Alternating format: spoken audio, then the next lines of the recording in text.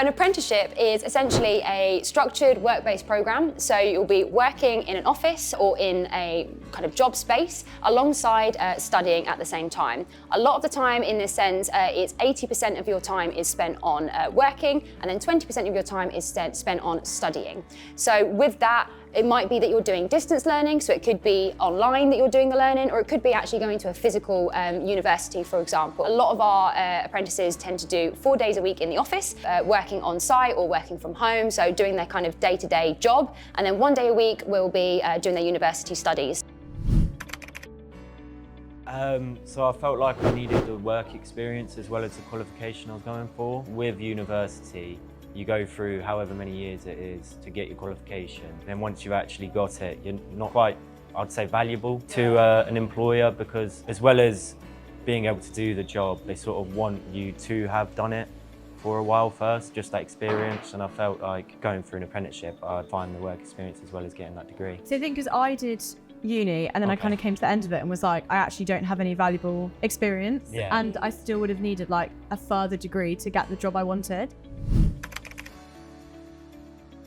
I'm studying quantity surveying at London South Bank, whereas my degree is 5 years. In order to actually do your APC, you need to have a degree that's accredited by the RICS, and there's no project management degree that's actually accredited by the RICS. For what what our services are as a project manager, most of them actually come under the quantity surveying pathway for degrees. The stuff like contract administration, etc. That's what I'm studying. So mine's with AAT, and what I do is every few months or sort of like for a certain period of time, I'll do a course that goes towards my qualification I'm aiming for, and then I'll complete that, and then I have a sort of grace period in between starting my next one, finishing the one I've just done, to sit an exam for that current one, and then if I pass, then we can move on. And I don't get a degree at the end of mine like you guys would, but I get a qualification. You can work to the degree at the end if you'd like to, or you can just remain at the level you're at.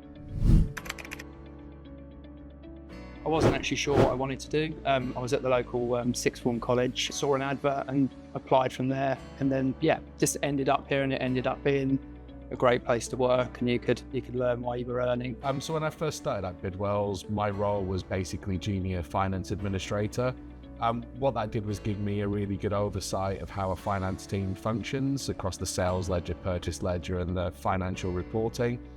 I was then able to get exposed to those different areas of work and find my niche roles. And as my career's progressed, I've moved from more of an operational hands-on role to a strategic role, and directing the way our business processes work going forward. When I started out at Bidwells, I was obviously very junior and started out on just sales ledger and purchase ledger, but as I've got qualified with Bidwells with on-the-job training, I've gone on and worked on some sort of really big real estate projects. Goes to show, even if you join at the apprentice level, if you work hard, you do your training, there will be opportunities at Bidwells, and you can go on and do some really amazing projects and be involved with those with some great people. Being made partner is quite a proud moment in that you haven't been brought in from the outside, you've had to earn it and demonstrate you can do that role. I'm really proud of that.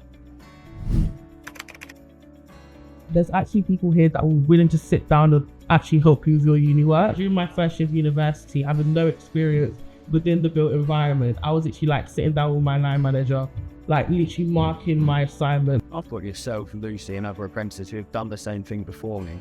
So now if I need help on the topic or help on an assignment, I can go to you. You actually talk to senior people, even as a junior person. That's one of the great things about Bidwells is you're actually exposed to really senior people early on. I think there's never really been any walls between senior management and sort of what are perceived as juniors within the business. It's been a very open culture.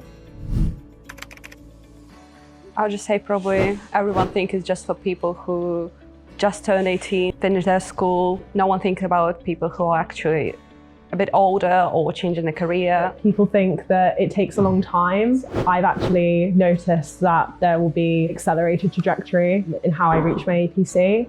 Instead of it taking 2 years plus a year of masters at a in-person of an online university, I'll be doing it in 2.5 years while working and gaining all of that experience in person, which is something I really value.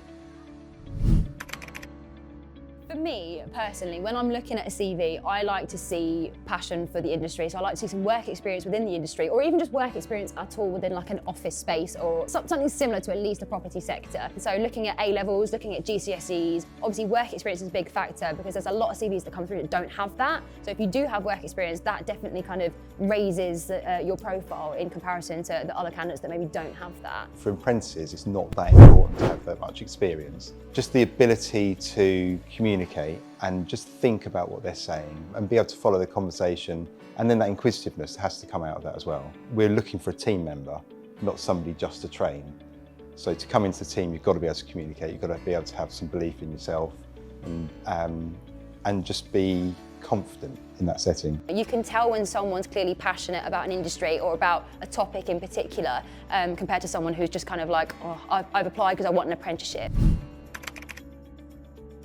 I think definitely getting work experience in the profession that you're thinking about pursuing, just to make sure you've got to enjoy it at the end of the day. Because I think a lot of people may see the idea on social media of, oh, that apprenticeship looks great, they might apply for something, they might even get the job, and then they realise, oh, I don't actually enjoy it. I did work experience here at Bidwells before doing my apprenticeship, which made me realise, oh, this is what I enjoy, this is my passion, this is what I want to pursue. But if you don't do that, then you might end up with an apprenticeship that you don't enjoy. Building your own personal brand, and that's by actually connecting with people from LinkedIn. And I actually went through my LinkedIn DMs from ages ago, and I remember actually DMing some apprentices from Bidwells and apprentices from other companies that I was applying to. It's kind of just get your name out there, go to those kind of there's a lot of different organizations that support aspiring apprentices. Go to those events. So if you know that there's a company that you've kind of been eyeing and they're hosting a session, go to that session. You never know who you're really going to bump into.